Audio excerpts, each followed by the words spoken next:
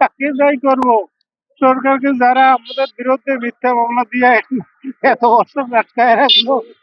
আমরা তো কোনো অন্যায় করি নাই, আমাদেরকে এইভাবে বিনা দোষে আমাদেরকে আটকায় রাখছে এতদিন ধরে। আমার বাবা মারা গেছে, মা মারা গেছে, আমার সব শেষ। আমার ছেলেমেয়েরা মানুষ হতে পারে নাই। আমরা খুব অসহায় অবস্থায়। আমার মনে করেন যে হার্ট অপারেশন হয়েছে, এইখানে আমি অসুস্থ হয়ে গেছি।